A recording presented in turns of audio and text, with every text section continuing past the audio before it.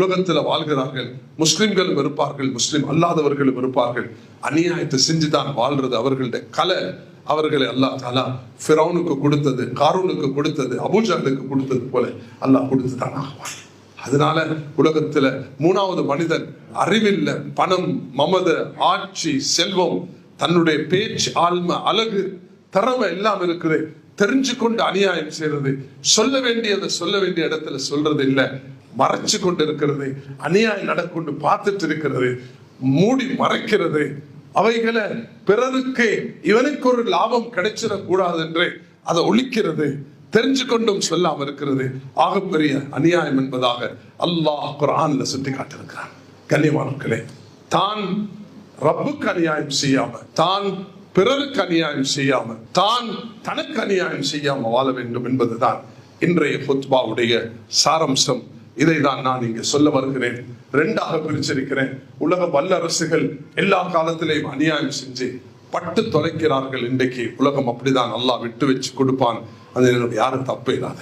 ரெண்டாவது என்ற பகுதி நாங்க எங்களை பார்த்துக்கணும். முதலாவது, நான் எனக்கு அநியாயம் செய்யறேனா, நான் எனக்கு செய்யற அநியாயத்துல முதலாவது என்னது, நான் அல்லாஹ்வுடைய கட்டளைகளுக்கு மாறு செய்யறது, தொழுறது இல்லை, நோன்பு பிடிக்கிறது இல்லை, ஜகாத் கொடுக்கறது இல்லை, ஹஜ் செய்யறது இல்லை, தர்மம் செய்யறது இல்லை, இவைகளை தௌபா செஞ்சு இன்னைக்கு மீண்டு கொள்ளணும். இது முதலாவது.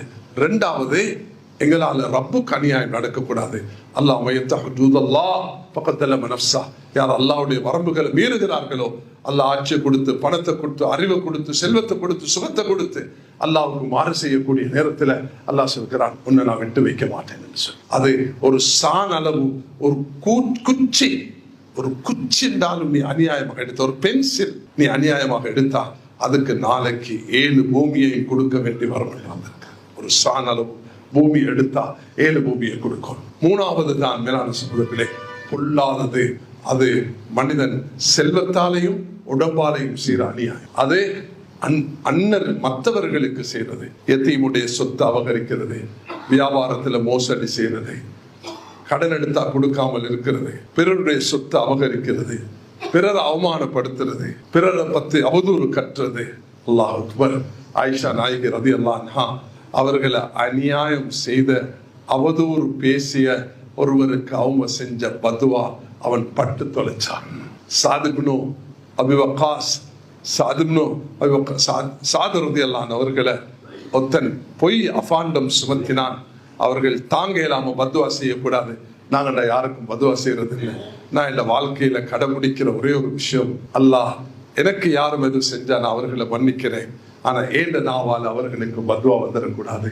சில நேரம் மனிதன் அடிப்படையில சிலர் நோவிக்கக்கூடிய நேரத்துல அந்த நோவின நல்லா தெரியும், இவர்கள் தெரிஞ்சு கொண்டு செய்கிறார்கள் என்ற நேரத்துல தான் மன குமுறல் ஒன்று ஏற்படுகிறது. சாதின் அபி வக்காஸ் ரலியல்லாஹு அன்ஹு அவர்களை பத்தி பொய் கட்டு கதைகளை பேசின நேரத்துல அவங்க சொன்னாங்க, அல்லாஹ் இவனை சோதிக்கணும் என்று அவன் வயசாலியாக மாறி கண் இமைகள் எல்லாம் அவன் கீழே போயிட்டு கண்ணை இப்படி தூக்கி தூக்கி ரோட்ல போற பொம்புல போயிட்டு குடிப்பானாம். மக்கள் சொல்லுவாங்களாம், அசாபத் ஓ தாவத்து சாதின், இவனுக்கு சாதன் ரலியல்லாஹு அன்ஹு பத்துவா பற்றுச்சு. ரசூலுல்லாஹி அலைஹி வஸல்லம் இந்த உம்மத்துக்கு படிச்சு தந்த பாடம் தான், பத்துவா செய்யாதீங்க, துவா செய்யுங்க. நாங்க உம்மத்துடைய ஹிதாயத்துக்கு தான் துவா செய்வோம். அதுதான் எங்களுடைய கலை, அதுதான் எங்களோட வாழ்க்கை. உலகத்துல யாராக இருந்தாலும் என்ன அட்டகாசம் செஞ்சாலும் அவர்களுக்கு நாங்க ஹிதாயத்துக்காக துவா செய்யறது தான். தாயிஃப்ல நபி அவங்க ரத்தத்தை வடிஞ்சு கொண்டிருக்கிற நேரத்துல, உஹதுடைய மலையில நபி அவர்களுக்கு செஞ்ச அநியாயம் நேரத்திலையும் நபி அவர்கள் பத்துவா செய்யாம, சூரத்து நஹல் 16வது சூரத்து 125, 26, 27, 28 ஆயத்துக்களை அல்லாஹ்வுக்காக நீங்க ஒரு முறை தர்ஜுமாவை எடுத்து ஆலிம் கிட்ட உட்கார்ந்து 16வது சூரத்து தேனை பத்தி அல்லாஹ் சொல்கிறான். சூரத்து நஹல் அதுல 125, 26, 27, 28 ஒரு முறை அதன டிரான்ஸ்லேஷன் எடுத்து தஃசீர் எடுத்து வாசிங்க. வாழ்க்கையில பெரிய படிப்பினை கிடைக்கும். பலி எடுக்கிறது அல்ல எங்களுடைய நோக்கம்.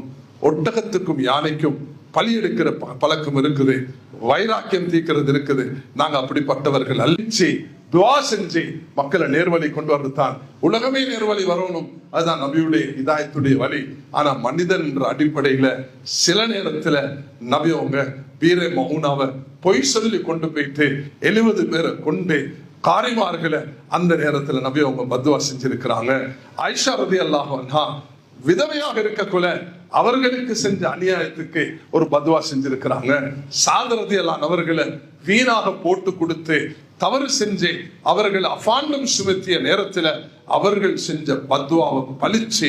கண்ணியவான்களே, எப்பையும் பேச்சுவார்த்தை விஷயங்களை தெளிவாக பெற்றுக்கொள்றது, அதுதான் ஃபஸ்அலு அஹ்ல திக்ரி இன் குன்தும் லா தஅலமூன், தெரியாததை தெரிஞ்சு பெற்றுக்கொள்ளணும் என்று அல்லாஹ் தஆலாட்ட வேண்டிக் கொண்டு இந்த சிறப்பான இந்த சஃபருடைய மாதம் நபி அவங்க ஹதீஜா ரலியல்லாஹு அன்ஹா அவர்களை மணமுடித்த மாதம், தன்னுடைய அன்பு மகள் ஹதரத் ஃபாத்திமாவை மணமுடிச்சு கொடுத்த மாதம் தான் சஃபரு. இது பீடிகை உள்ள மாதம் அல்ல, இந்த தவறான இது தர்த்தினியம் உள்ள மாசம். நவுசுபில்லா, அப்படி இல்லை. அல்லாஹ் படைத்த எல்லா நாளும் சிறப்பானது. அதுல நபி அவங்க இந்த மாசத்துல தான் தன் மனைவி கதீஜாவை முடிச்சார்கள் என்பதாகவும் தன் மகள் ஃபாத்திமாவை முடிச்சு கொடுத்தார்கள் என்பதாகவும் 2 நாள் தான் இருக்குது இந்த சஃபருடைய மாதம் முடிய. ரபியுல் அவ்வல் ஞாயிற்றுக்கிழமைக்கு புறப்பாக போகிறோம்.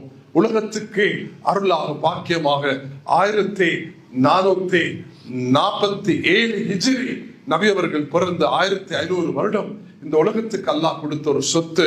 அவர்களை மதிப்போம், மரியாதை செலுத்துவோம், அன்பு காட்டுவோம், பின்பற்றி நடப்போம்.